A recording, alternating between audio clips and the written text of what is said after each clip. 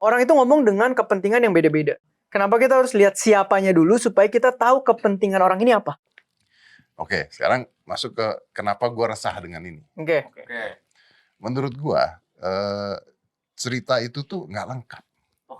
Menurut gua gitu. Cerita itu tuh nggak lengkap. Jadi pertanyaan gua gini.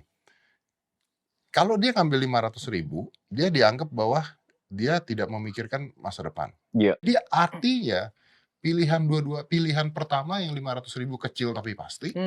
Yang kedua opportunity-nya gede, tapi resiko juga gede. Iya. Jadi ini pertanyaan tuh triggering buat gue, karena gue orangnya agak trust issue. Gue orangnya agak trust issue. Too good to be true versi gue nih. Orang mau ngasih duit buat gue tuh, gue udah gak peduli. Gue udah trust issue. Oke, berarti lu harus percaya orangnya dulu gitu. Iya, kalau tadi kan kita ngomong nggak tahu nih siapa. Gitu. Karena sesimpel I believe what is too good to be true, ya ini too good to be true. Jadi kayak gue lebih mending ambil yang immediate di depan mata gue bisa at least gue bisa survive dulu. Tapi kalau gue ngomong secara general, at least dari orang-orang yang gue kenal di zaman dimana gue emang butuh duit gitu, kita semua pasti akan ngambil 500.000. At least I can fill my belly, gue bisa kenyang, gue bisa makan, setidaknya gue bisa tidur dengan nyenyak malam ini, besok biarkan urusan besok, gue bekerja secara maksimal. Terus at least dari pengalaman gue, possible nggak dari 500.000 itu lu jadikan fondasi untuk mengarah, ya nggak soal.